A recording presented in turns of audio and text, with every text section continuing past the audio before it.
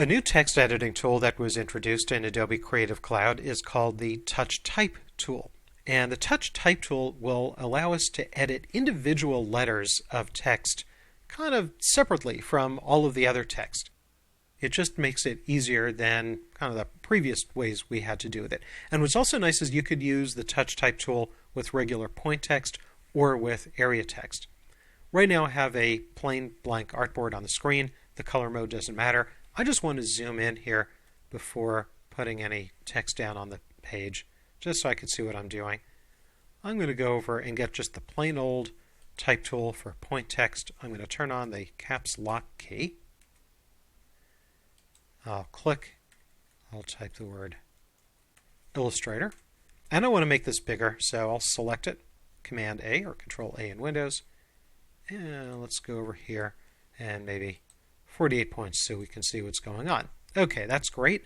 Now let's go and get the Touch Type tool. Click and hold the Type tool, and from the bottom bring up the Touch Type tool, and you see your mouse pointer changes a little bit.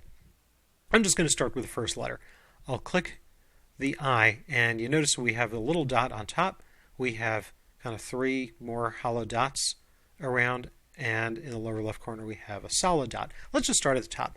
If you put your mouse pointer on this dot, you get a curved arrow, and that will let you tilt or rotate the letter independently from all of the others. Just go maybe letter by letter. I'll go to the next one, and if you put your mouse pointer on the dot in the upper left corner, that will allow you to change the height, but without changing the width. So I could make it taller if I want. Go over here, and I can make this one shorter. I'll go over the next letter. Now if I want to change the width without affecting the height, I can use this one over here. So you just kind of drag in the direction of the arrow forward or back. If you decide that you want to change the size and keep the height and width in proportion, you can use this dot here in the upper right corner and just stretch it out. The other thing I could do is coming over here and changing the height this way. You can also use the Touch Type tool to change the font and the color. I'll go over here, let's say to the T, and I'll change the font first. I'll go over here. I just want to choose a thicker font. Whichever font you want to use is fine. I have this marker felt handy, and you know what? I'm just going to make this bigger so I can see what's going on. And I'll change the color. I'll give it like a purpley color like that. So now I can take the letters and just drag them around off the baseline altogether. I'll take this R, I'll select it, and now I could just kind of drag it around. I could drag it up. I could take this A and drag it down off the baseline. If I take a letter and I start dragging it to the right, you notice the other letters kind of move with it so you don't end up overlapping them. And you notice we have a little dot in the lower left corner, and it doesn't really do anything differently. It's the same thing as putting your mouse pointer on a letter and dragging it around. It's if you put your mouse pointer on the little dot and drag that around. It really does the same thing. Okay, this is all really cool, but why is it called the Touch Type tool? And I think the reason is Adobe meant this to be used on a tablet. So let's say if you're using maybe a Windows tablet like a Surface, or if you have a Wacom tablet plugged into your Mac, you could do it with your finger. I don't know. It works with your finger and it works with the mouse. But it does not let you actually edit the letter forms. For that, we have to turn the text into outlines.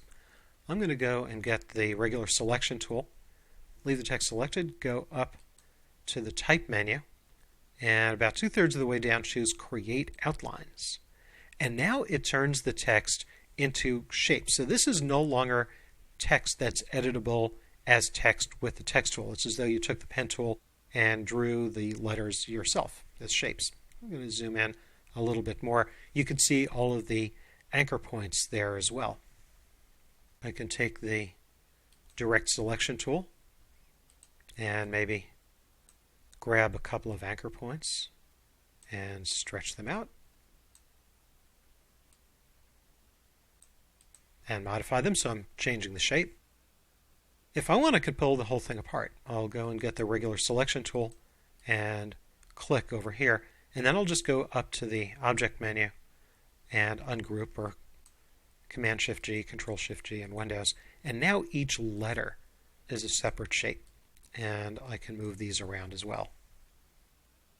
So Illustrator gives you a lot of flexibility for editing individual characters either as text or as shapes.